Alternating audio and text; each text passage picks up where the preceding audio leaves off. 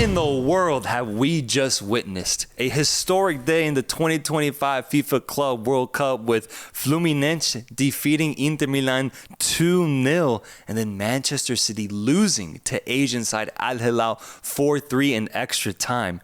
Bro, how the hell did Al Hilal pull off this result? This is the best game of the tournament by far. A 7-goal thriller. Al Hilal scoring 2 goals in extra time. Two goals to defeat the mighty Manchester City, who honestly were looking like the next best team outside of PSG in this tournament. It was Marcos Leonardo who started the comeback in the second half, and it was Marcos Leonardo who ends it. Provides the dagger, unlocks a new celebration Bro, in the process. It's man. ridiculous.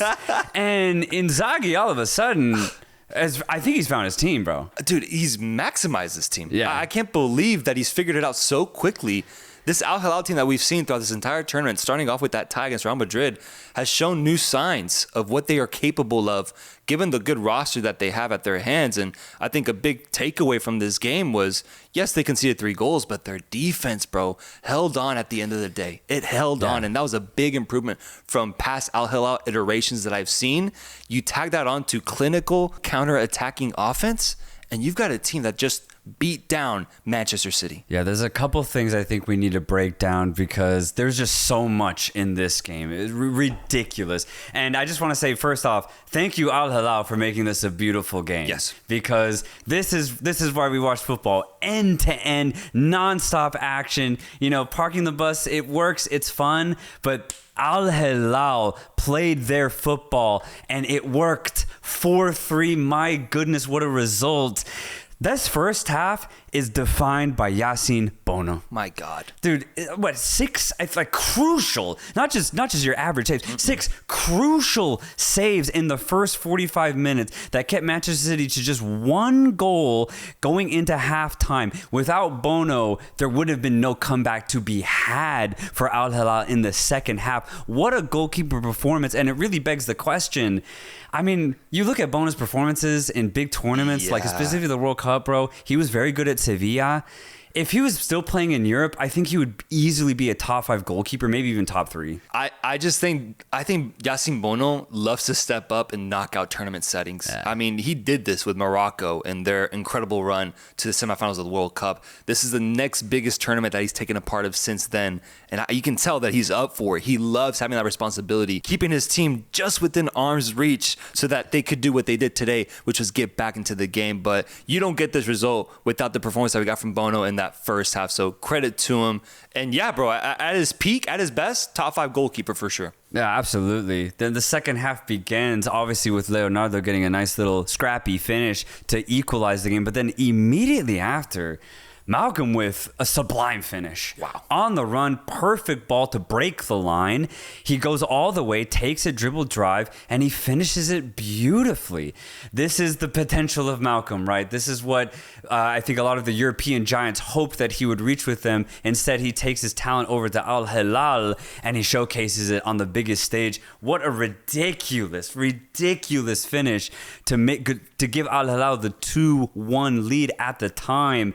And this is the type of quality that Al Hilal ultimately do possess, because outside of that goal, Al Hilal found a lot of joy with that one singular pass right over the top of the back 3 of Manchester City with oncoming Malcolm or oncoming Marcos Leonardo. It worked really, really well for Al Hilal. Brilliantly executed by the team. Great idea by Inzaghi to exploit Pep's defensive tactics, and it works here. Al Hilal go up 2-1. I think that was the game plan from Manchester City's perspective, is if we're going to get beat defensively, it's going to have to be through a sublime pass and finish combination that they just didn't think Al Hilal had in them. But I'm giving Joao Cancelo the assist of the tournament on that Malcolm goal. It's ridiculous. It's ridiculous. Outside the boot, on the run, and it literally curls around the defense and falls perfectly in the path of Malcolm, who then, you already highlighted, had an insane finish to make it 2-1. What gets interesting, though, is that Manchester City turned on that Manchester City pressure, and they responded right away, bro, with Erling Haaland getting at the end of a bobble, and it's 2-2 all of a sudden. Al Hilal gets to celebrate for like 3 minutes. Yeah, that honestly really shocked me. I thought Al Hilal were going to be able to hold on. Koulibaly was having a monster performance of a match. But yeah, I mean, this is Manchester City, and you look at the 60 minutes that had happened up to this point, City deserved 2 goals for sure.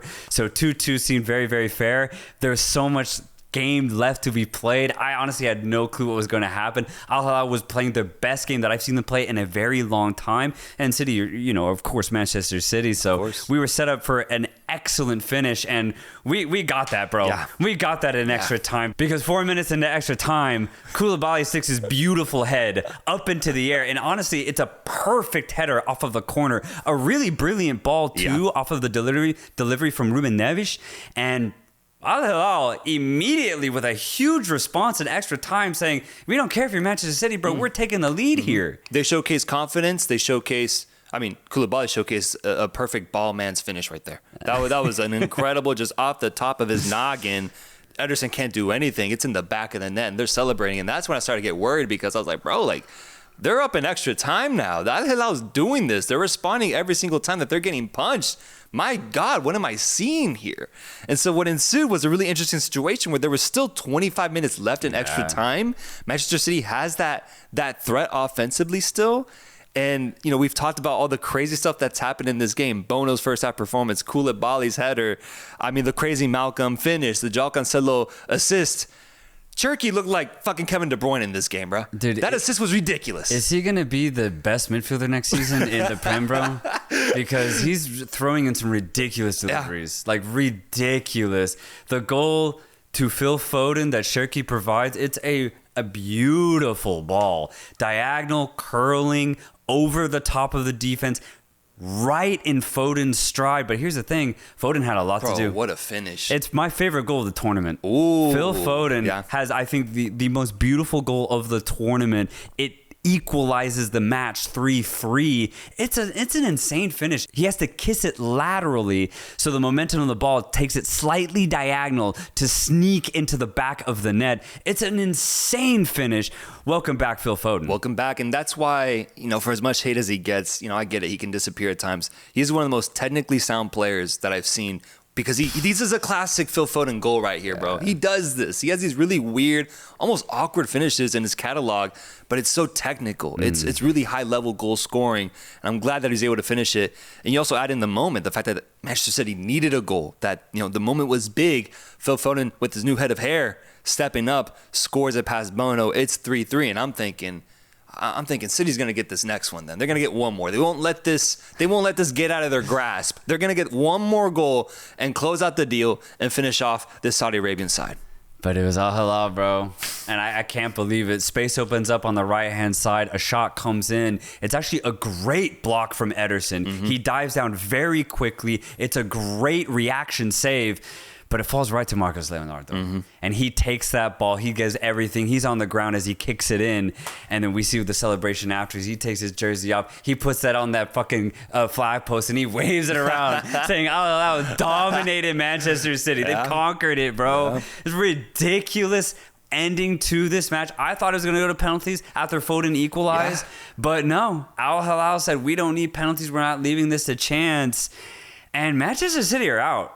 They're out. They're out. My pick to win the tournament, who had me feeling so good after a perfect start to the tournament, the only team to have won all 3 games in their group stage, scoring so many goals, goes out. They go out. They're out in the round of 16 to Al Hilal, who I have to beg the question, is this the best result in Asian football history, man? It has to be. It's huge. This is a massive result, not just because they beat a European side, but they beat a European side in form and one of the most talented European sides on paper. And it wasn't luck. It wasn't a grind. It wasn't 1-0. It was a shootout, and they won the shootout. So rare. But I think it kind of shows you the power that Saudi Arabia is low-key trying to build, man. I mean, straight up, Al Hilal in the UEFA Champions League. Bro, crazy. Let's bring him in, That's crazy, bro. but Let's bring him in. I think it is. And the club level, this has to be one of the most monumental results we've ever seen, because, to remind the people, Asia's never won a Club World Cup. They never won it. It's only been Brazilian sides outside of Europe that were able to do it. So this type of result, I think, is the beauty of this new format. It's the beauty of this tournament. I talked about it yesterday with Guatemala and the Gold Cup. That's the story that you want to see in that sort of tournament. This is the story that you want to see the Club World Cup, bro. Is a team like Al Hilal pulling off the incredible and not just getting lucky, but going toe-to-toe with Manchester City and just showcasing that at the end of the day, they're better. They were better today. Yeah. I don't know what else to explain it to Manchester City fans. They were just better. They're more clinical, and they see themselves win 4-3. Historic results. Must be a good day to be an Al Hilal fan, man. Oh my God, man! I would probably remember this match for the rest of my life if it was an Al Hilal fan, because I mean, all of the goals were sublime. Yep. The response to Manchester City taking the lead, equalizing it themselves, was perfect from Al Hilal. You love seeing Inzaghi's passion on the sideline. And this was a perfect match. Mm-hmm. If you're Al Hilal, this is a perfect game. And they go through to the quarterfinals. It's completely deserved. Today, they were the better team. There's no question about that. Congratulations. Who does the Give and Go Man of the Match award go to in this match? Bono was huge. Malcolm had some big finishes, but Leonardo was the one that at the end of the day was celebrating. Yeah. Ruben Neves in the midfield was working his ass off. Koulibaly was great defensively, got his own goal. Yeah. A lot of nominees, bro. No, yeah, I think Inzaghi. There's an argument for every single one of those players you just listed. I'll go Leonardo with the double. I just think right place, right time. You have to be in those spots in the box. Without that, you're not going to get those chances. He was there when he needed to be. Without his presence, Al Hilal don't get 2 goals today. So give it to Marcos Leonardo. But yes, well-rounded performances from pretty much the entire squad. Al Hilal is set to go to the quarterfinals. They're part of the final 8. A massive story to follow in this tournament that gets even more exciting when you look at who's going to be on the other side waiting for them. It's Fluminense, bro, who I mentioned Al Hilal fans are having a great day. Fluminense fans in Rio de Janeiro, I saw the footage over in the sand, over in the beach, watching the game live. Just a massive crowd of Fluminense fans losing their minds as they defeat the UCL runners-up Inter Milan 2-0. Party in Brazil, scenes in Charlotte as Fluminense pulls off an incredible result. This is a masterclass in bus parking. It was ridiculous defensive performance from Fluminense. In the 3rd minute, Herman Cano gets a little lucky, but it works. He puts Fluminense up 1-0, and for 90 minutes, for 90 minutes, they defend. 70% possession to Inter Milan. Fluminense are happy to sit back because, realistically, Inter Milan did not create a single chance for those 90 minutes. Realistically, they were half chances at best. And when you look at the moments throughout those 90 minutes, it was actually Fluminense who created more concrete chances. I'm talking about that Samuel Xavier chance that he had, the fullback, wide open shot, honestly should have scored to make it 2-0 earlier for Fluminense, but it didn't matter because the last laugh went to Fluminense in the 93rd minute, literally 90 minutes later after they scored their first goal. It was Hercules. And to be honest, I lost my shit when he scored that goal. I lost it. I couldn't believe it. I was so proud of them for truly digging in deep and not just settling for that 1-0, still going for the dagger, because that's what I really loved about Fluminense's performance today. Yes, it was a defensive masterclass, but throughout the entire 90 minutes, they picked their chances brilliantly. They went forward with surgical precision, and they gained themselves a 2-0 victory, ultimately convincing over Inter Milan today. Yeah, they leave no doubt with that second goal. That's what I really like about it. It becomes a statement victory now, not just a lucky 1-0, because I mean, Lautaro did hit the post. He did. Hit the post, and that could have gone in. And then you got a great performance from Fabio, who saved a couple Lautaro opportunities. But at the end of the day, bro, the defense, I think, is the storyline for this Fluminense team, because it got really interesting after that first goal from Cano. Once he scored early on, I really got to see what Fluminense's plan was in this game, which was, begging the question to Inter Milan, come at us. Come at, try to break us. We've seen Brazilian teams already do this in this tournament. It's worked against some teams. It hasn't worked against others. But when they posed that question early on in the match, I started thinking, I was like, bro, I don't think Inter Milan's got an answer. Because if you watch Inter Milan this entire season, you know that they're a team that thrives offensively off of the counter. They love to do that. It's how they beat Barcelona, because Barcelona's defense was so high up. There's so many open spaces, and guys like Lautaro and Marcus Thuram could get behind there and get their goals. And even Dumfries had incredible performances because of that. But with possession, with the team just setting a block defensively and asking you to find a way to be creative, to get past a guy, to have moments of brilliance. I just don't think Inter Milan has the personnel or the know-how to be able to do that, even if it's ultimately a team that isn't from Europe. And so Fluminense, I thought, had the perfect game plan. Getting that early goal was key. It was key in what ultimately was their execution of this game. And Inter Milan falls completely short. And I'm looking at this Fluminense team. I'm like, fly out that back line to Barcelona right now. Dude, for real, because that was man. an incredible 90-minute defensive performance that Fluminense fans should feel very proud about. Yeah. It's a matchup where I had picked Inter Milan to go through, but I think I definitely underestimated Fluminense's defense at the end of the day. Incredible, bro. Incredible. Yeah, so did I. I definitely underestimated their defense. But, yeah, I mean, just to echo your Inter Milan take here, they just didn't show enough true creation when they were on the ball for the entire match. And I think, honestly, they got a little cocky with the possession, too, because they were just like, okay, we have a lot of the ball, we'll eventually score. But you can't have that attitude against a really resolute and determined Brazilian outfit like Fluminense. You can't do that, and they ultimately get punished for it. Very disappointing for Inter Milan ultimately, but completely deserved for Fluminense. They were the much better team today. And I think it's a fitting end to this Inter Milan season at the end of the day, bro. A team that ended up as runners-up in the UCL, 5-0 defeat there. Runners-up in Serie A, Napoli came back from behind, got the victory. Couldn't get to the Coppa Italia final as well. Unable to do it domestically. And then the performances we're seeing here, I got a little carried away with what I saw on the group stage, I think, because ultimately this team is on fraud watch, man. I think they need a complete reset. Lautaro Martinez had an interview after the game where he was very angry with how the team performed. And he was like, low-key, we need like a big reset here. We need to get rid of guys that don't want to be here and keep the ones that do. Because I think it's very clear that this team has some mixed personalities of players and talents that ultimately just isn't working when it comes to getting silverware. So around a 16 exit to this Fluminense side, I think is perfectly fitting. Inter Milan, I'm done with you. I'm done. No, absolutely. I'm not going to be looking forward to them at all next year in Serie A or Champions League. I actually agree with Lautaro's take. I just think the team that was built was Inzaghi's team. And we know how Inzaghi approached that Inter Milan side. It was very conservative. And as you already pointed out, complete emphasis on counterattacking.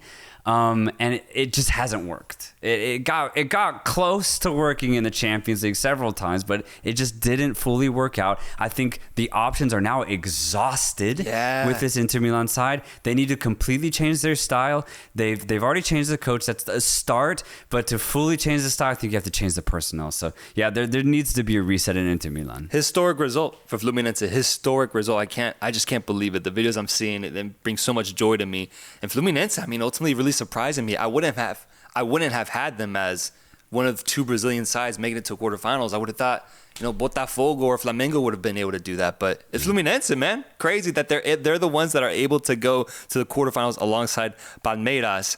And now Fluminense is set to face off against Al Hilal. The door is wide open for either one of these teams to go to a Club World Cup semifinal. It's wide open, man. This is actually probably going to be one of my favorite matchups now in the quarterfinals. If I had to pick one, I mean, just give me Al Hilal.